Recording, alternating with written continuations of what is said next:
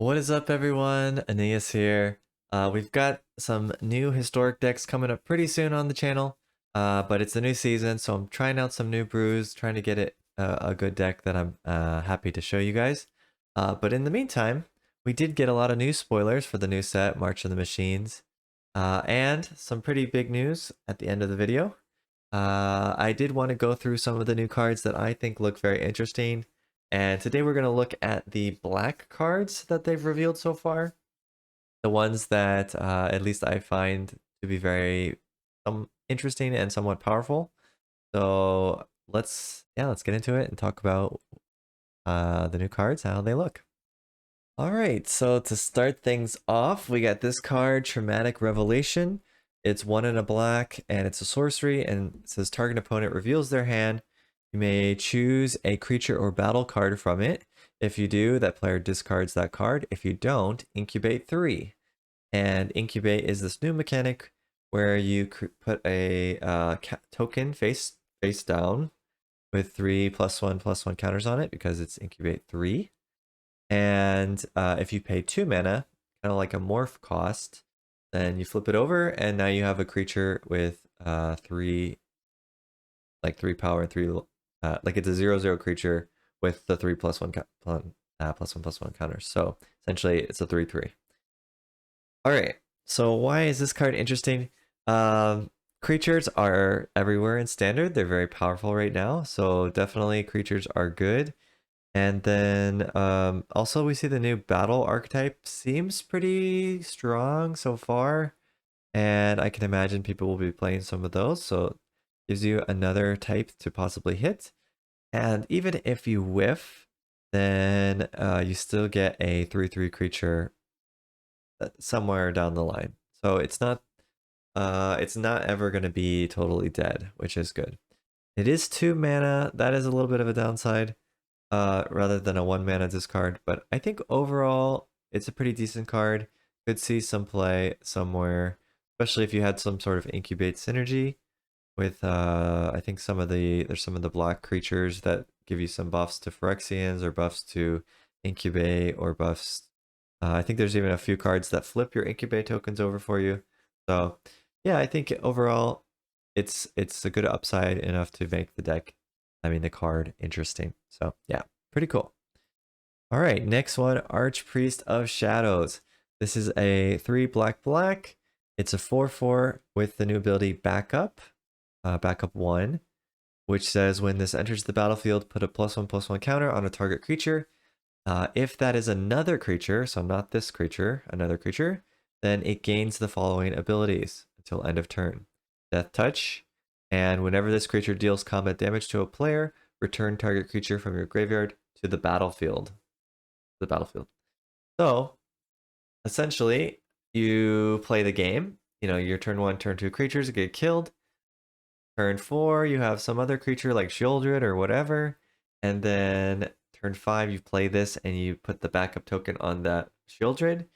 So whenever that deals combat damage to a player, you get to return your 3-drop or your 2-drop or whatever from the graveyard to the battlefield.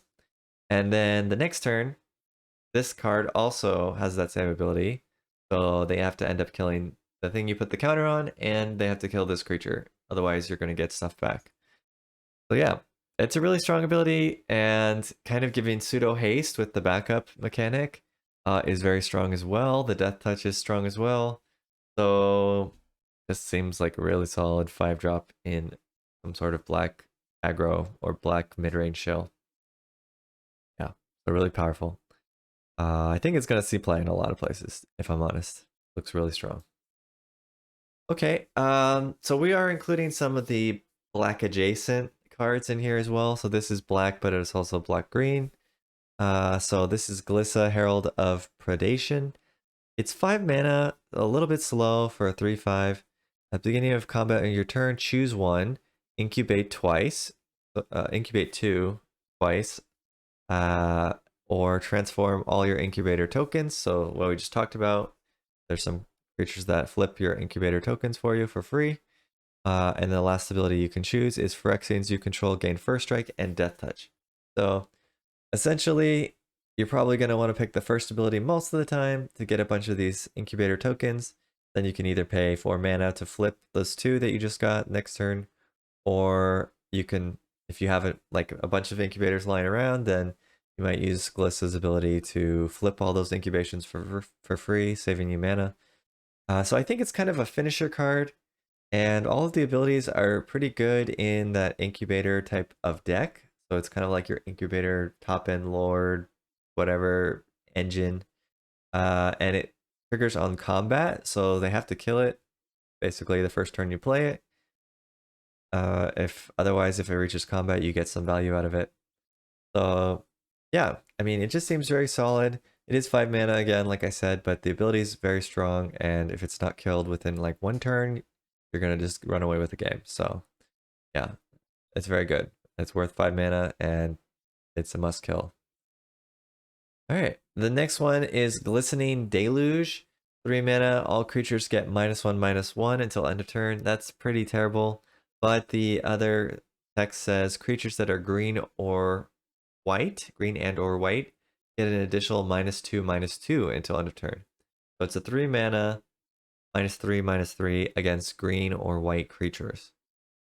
And right now, the mono white and the blue white decks are really powerful. So I think this could see play. It could be a sideboard card. But if white is still, or soldiers is still really dominant, then that -3/-3 is not a joke. And it would kill most of the creatures on their board. Of course, there are some mono blue creatures in the deck, which wouldn't get hit by this, but I think there's only one in the normal list, so the rest are all white and would all get that -3/-3. So I think this could be really good, especially as a sideboard card against the soldiers matchup. And against mono red, it hits a few things, but not a whole lot. And of course, if mono green becomes a thing, then it might be good in that situation. Also, there's also the poison deck, which this would be pretty good against because most of those creatures don't have more than 3 toughness. So yeah, we'll have to depend on the meta. If we see mostly poison, aggro, and the soldiers, then this card will be good for sure. Okay, next one, Grafted Butcher. This is a 2 mana, 1 and a black for a 2/2. When it enters the battlefield, Phyrexians you control gain menace until end of turn, and other Phyrexians you control get +1/+1. Then it has a 4 mana ability, sacrifice an artifact or creature to return Grafted Butcher from your graveyard to the battlefield. So you can sacrifice something on your board to get this back. And it's a lord for all your Phyrexians, which is kind of crazy. So that's interesting. And we got a lot of Phyrexians in the last couple sets and a lot more in this set. So yeah, it's possible that there could be a Phyrexian tribal deck. Definitely wouldn't sleep on it.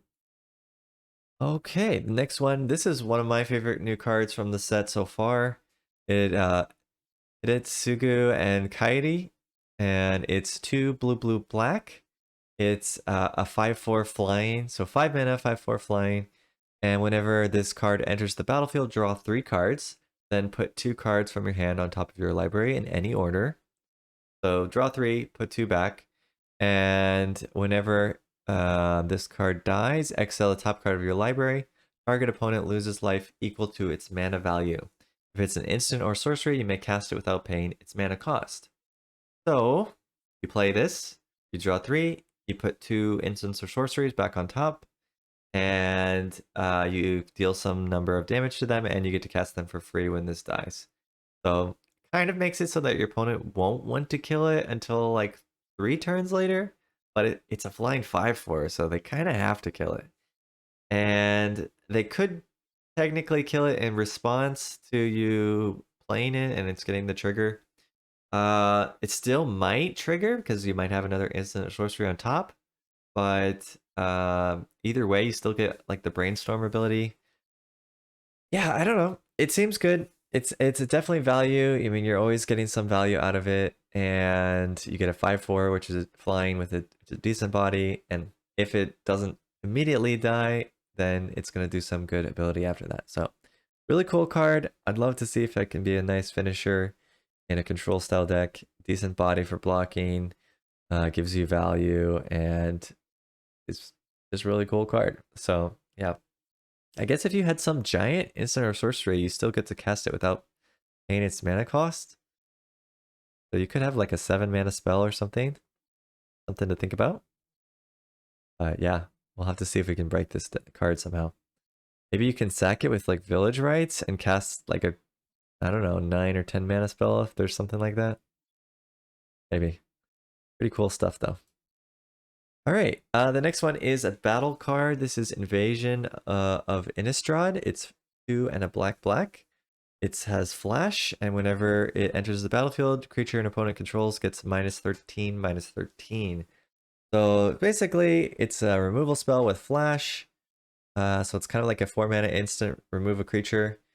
And then if you can deal 5 damage to it, then you get the flip side, which is Deluge of the Dead. When it enters the battlefield, create 2/2/2 black zombies. So you get 2/2 black zombies immediately. And then 3 mana, exile target card from a graveyard. If it was a creature, then create a 2/2 black zombie. So you get 2 zombies immediately. You get this enchantment, which lets you create more zombies. So it seems like a very good finisher. Honestly, you could have a control deck that doesn't have any win con, and you just have this. This is a removal and a win con, essentially. And it's a little bit slow, but you would eventually get there with all your tokens. So yeah, and it gives you some exile, which is also sweet. Seems like a really, really strong card. So this one, I'm very confident this one's going to see play.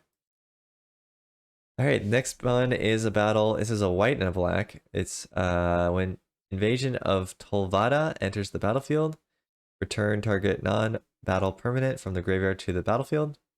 Sorry, this was 3 white and black. I don't know if I said that. So it's 5 mana. So it's a 5 mana, return a creature or artifact or something to the battlefield. So you could bring back your Atraxa or, I don't know, your Portal to Phyrexia. And then if you do deal the 5 damage to this, you get the flip side, Broken Sky. Creature tokens you control have +1 and lifelink. And at the beginning of your end step, create a 1/1 white-black spirit creature token with flying. So again, this is like similar effect to what we have with the Cruelty of Gix, which can bring back your Atraxa, and then you also just get these tokens every turn to block with or attack with or win with, and they're gonna have lifelink. So yeah, it seems like another decent finisher in control. I mean, this side can even get a planeswalker, right? Yeah, any non-battle permanent. Yes, you can get a land. It doesn't even say non-land. So that seems pretty sweet. 5 mana. Maybe you bring back like some big planeswalker, the Wandering Emperor, or Eternal Wanderer, or something like that. And then you have those tokens and also these flying spirit tokens. You could probably have some sort of Orzhov tokens planeswalker-y deck with this thing as the win con, and pretty decent. You could even throw in this other card in here, which also has tokens. Man, it's all coming together, yeah. So you could have these like token battle, Orzhov battle deck, which seems pretty brutal to be honest.